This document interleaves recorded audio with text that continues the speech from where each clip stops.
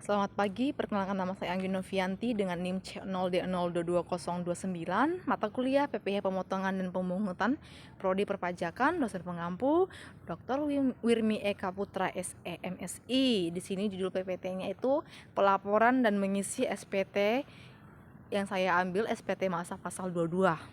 Lihat, yang pertama, pengertian SPT adalah surat yang digunakan wajib pajak untuk melaporkan perhitungan pajak, penghasilan, harta, objek pajak, atau kewajiban pajak lainnya yang disebutkan dalam peraturan perundang-undang perpajakan.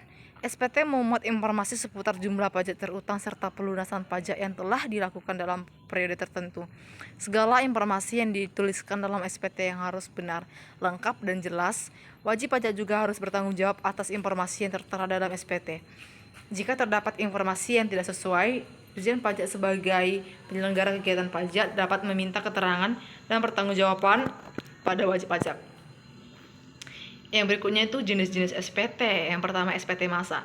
SPT masa digunakan untuk melaporkan pajak dalam kurun waktu tertentu atau bulanan. Jenis pajak yang harus dilaporkan setiap bulan melalui SPT masa terdiri dari pajak penghasilan PPh pasal 21, pajak PPh pasal 22, PPh pasal 23, PPh pasal 25, PPh pasal 26, PPh pasal 4 ayat 2, PPh pasal 15, pajak pertambahan atau PPN dan pajak atas penjualan barang mewah atau PPNBM dan pemungutan PPN.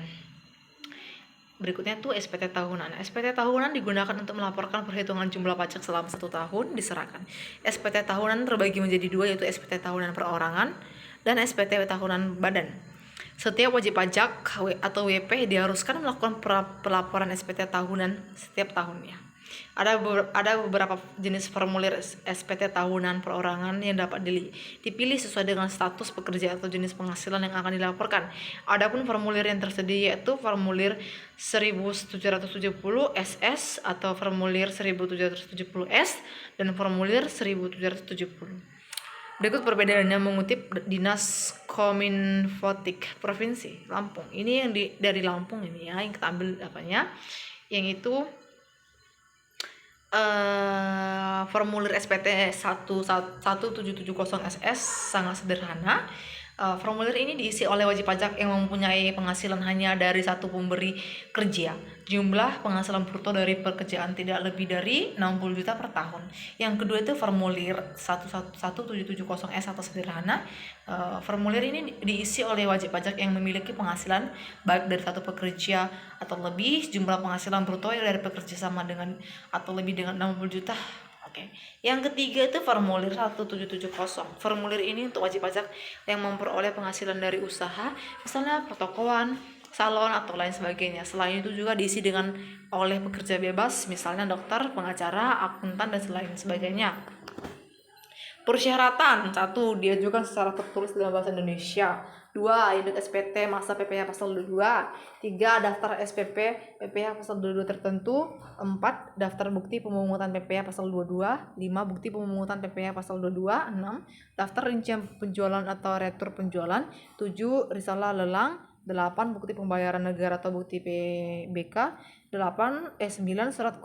Surat kuasa khusus. Oke. Yang berikutnya sistem, mekanisme, dan prosedur.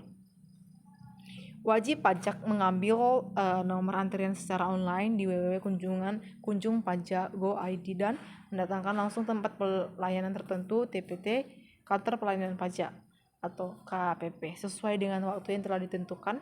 2. Wajib pajak dipanggil ke loket melalui antrian. 3. Petugas memanggil wajib pajak sesuai antrian online. 4. Wajib pajak mendatangi loket TPT dan menyerahkan SPT masa PPh pasal 22 beserta seluruh dokumen yang disyaratkan. 5. Petugas TPT mengecek kelengkapan dokumen. Yang ke-6, dalam hal dokumen tidak lengkap, maka wajib pajak harus melengkapi kekurangan dokumen dan menyerahkan kembali formulir dan menyerahkan kembali SPT masa PPh pasal 22 serta seluruh dokumen lainnya kepada wajib pajak. Yang ke-7, dalam hal berkas permohonan telah lengkap, wajib pajak mendapatkan LPAD dan BPS yang disampaikan oleh petugas wajib pajak. Oke, berikutnya itu waktu penyelesaian. A. Wajib pajak badan tertentu sebagai pemungut pajak wajib melaporkan PPh pasal 22 yang dipungut dengan menyampaikan SPT masa PPh pasal 22 paling lama 20 hari setelah masa pajak berakhir. Yang B. Bendahara wajib melaporkan PPh pasal 22 yang dipungut dengan menyampaikan SPT masa PPh pasal 22 paling lambat 20 hari setelah masa pajak berakhir. Ini ada contoh SPT masa PPh pasal 22, kita bisa lihat ada tempat bagian A itu identitas pemotong pajak atau wajib pajak, itu ada NPWP, ada nama, ada alamat, terus di bawahnya itu ada iuran, apa atau KJS, ini nilai wajib pajaknya, dan ini PPh yang dipungut. Oke, ini juga contohnya, lanjut ke bawah. Oke, sekian dari saya, selamat pagi.